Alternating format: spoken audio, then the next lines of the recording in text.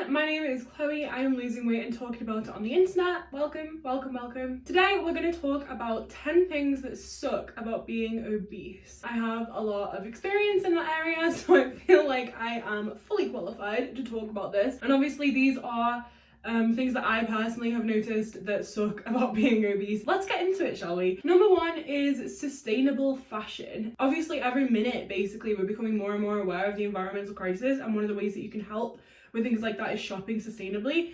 I'm very interested in doing that, but secondhand shopping on Depop, in stores, or eBay, places like that, ThreadUp, it's just not really feasible for someone of my size because there aren't a lot of options for someone of my size, and when there are options, it's not something generally that I would wear. I definitely browse Depop a lot. I have an account. I also look at ThreadUp and eBay, but typically there are clothes that 100% do not fit in my style. I know that right now I'm literally wearing a very generic sweater that says Los Angeles on it.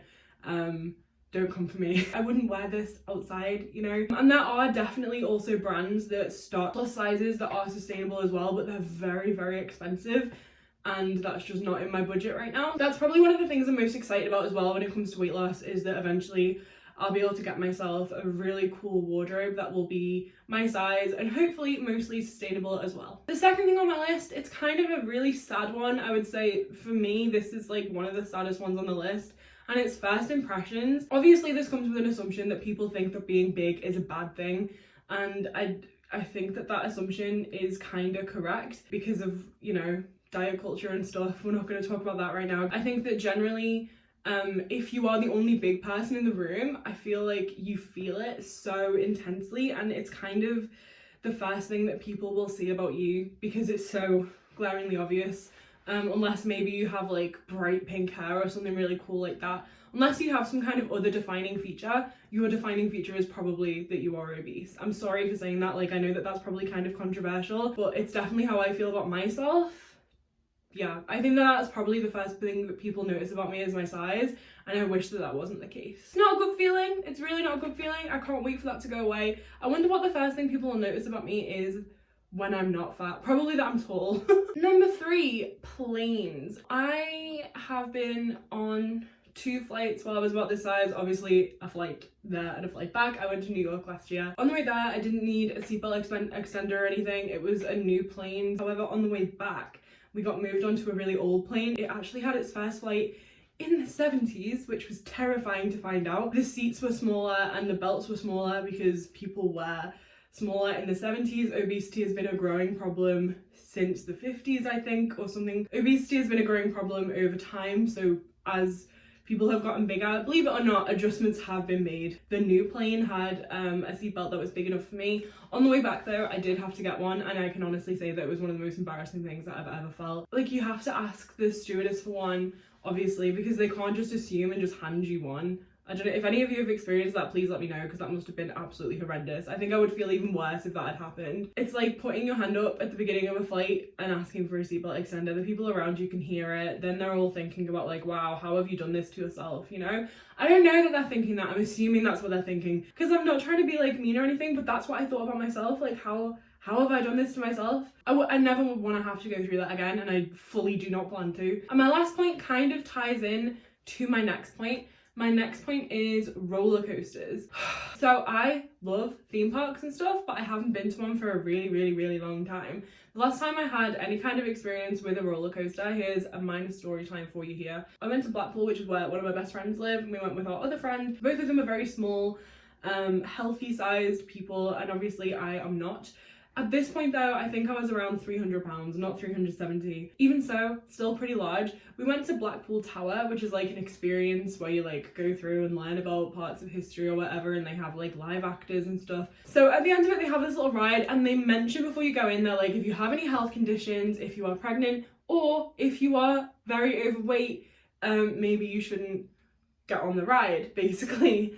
And I was like, probably in a bit of denial about how big I was at the time, because at this point, like, this was in like 2017, I want to say, and because my weight loss has been fairly quick, it kind of didn't occur to me how much I had gained up until that point, so I was a little bit like in denial probably about how big I was, and I was like, I'll be fine, I'll just risk it, I'll just see if I can get on. Anyway, to my horror, we walk in and it's one of those ones that has to go over everyone, like the thing that comes down, it has to fit over everybody. So I'm already thinking like, this was a big mistake. And I sit down next to my friend, like, fat, sit.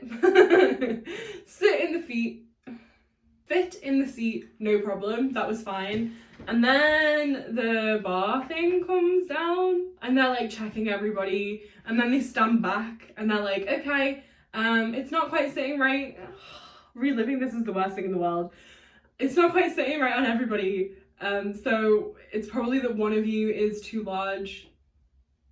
Can you see where this is going? This guy like looked at me and he pointed and he went, I'm gonna make a call and say that it's you.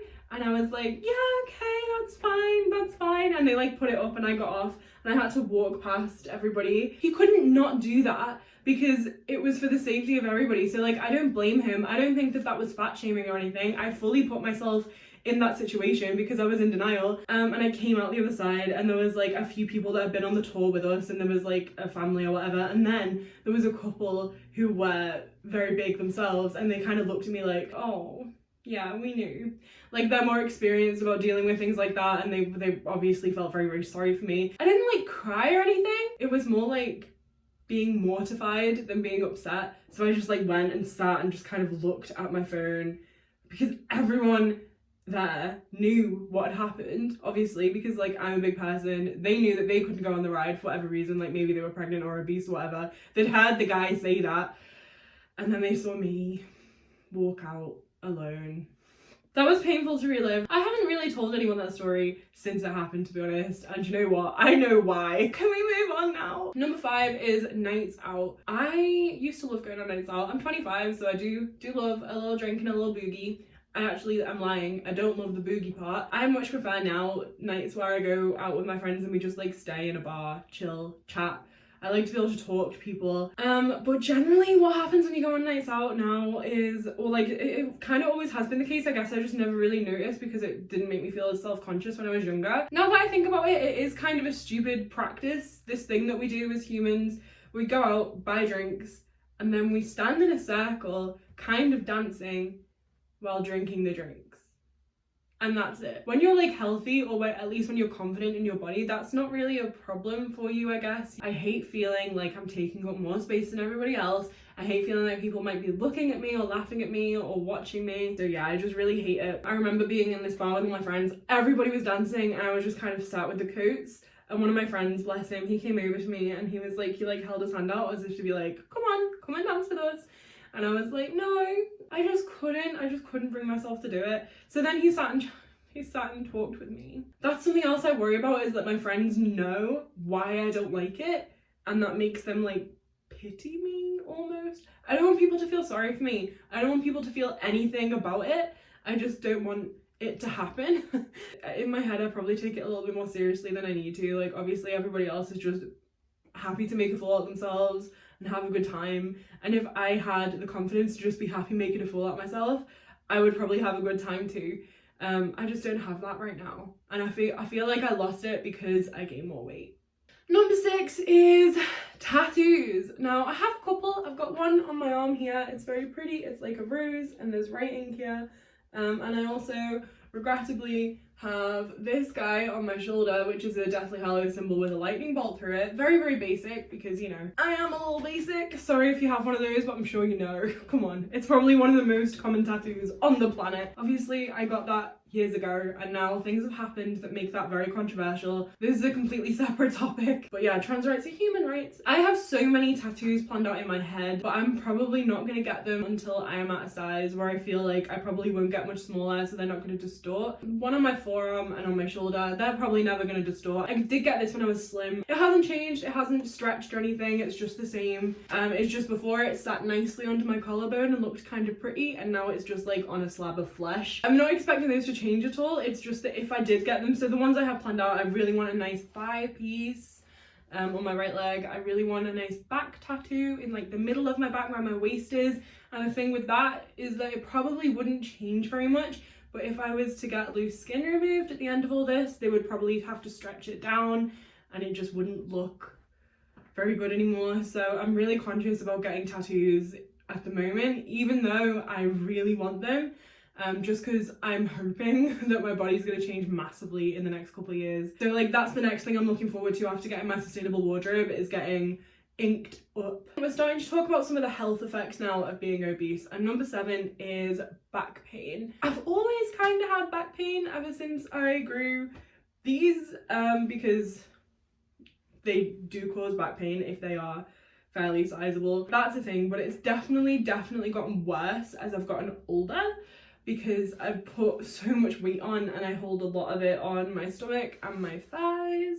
You guys haven't seen that yet because I've never shown you a full body shot, so I'm gonna put one into this video, which is terrifying. But here is all 5'11", 370 pounds of me.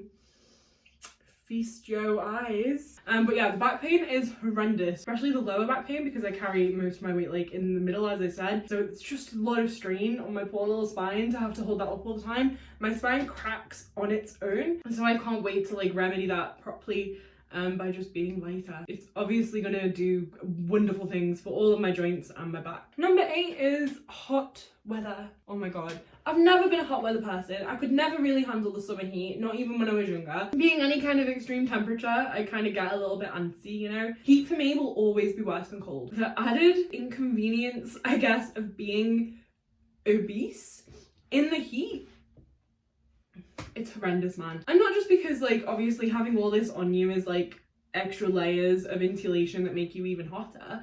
It's also because like I can never find clothes that I feel comfortable wearing. I live in jeans. To dress yourself as a big person in the heat, it's just so hard. Number 9, we're starting to get into some of the more serious things now. There is a link between obesity and fertility issues. It's really difficult to explain because it's still being researched now. I'll have a link in the description for the article that I looked at to get my information about this. Obesity is associated with menstrual disorders, infertility, difficulties in assisted reproduction, miscarriage, and adverse pregnancy outcomes. I'm not entirely sure what adverse pregnancy outcomes means. Essentially, obesity is associated with difficulties in reproductive health. Obviously, that's quite a big deal. I also found an article produced by the Harvard School of Public Health. They did an experiment in obese men, and apparently they found that overweight men were 11% more likely to have low sperm count and 39% more likely to have no sperm in their ejaculate, whereas obese men were 42% more likely to have low sperm count than normal. Normal weight obviously just means healthy weight, and 81% more likely to produce no sperm at all.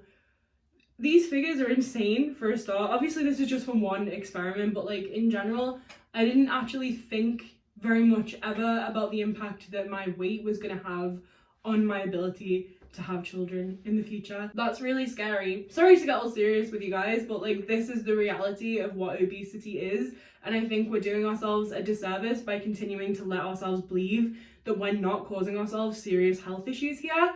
It's a reality that we have to face. It's something that we need to talk about more often. The more vocal we are about this, the more positive impact we can have on each other as a community in inspiring each other to get better for the sake of our health. I'm sorry guys, it's only going to get deeper from here. Number 10 is the shorter life expectancy. Because of the various health issues that obese people are inclined to encounter in life, such as diabetes, hypertension, heart disease, increased risk of cancer, increased risk of stroke. Again, I will link resources in the description. I'm not just pulling this out of my butt. In a specific study, findings for life expectancy according to BMI, which of course is a flawed metric because somebody who is very, very muscular can clock in as obese on the BMI scale, but I'm pretty certain that in this particular study they were aware of whether the participants were obese or muscular.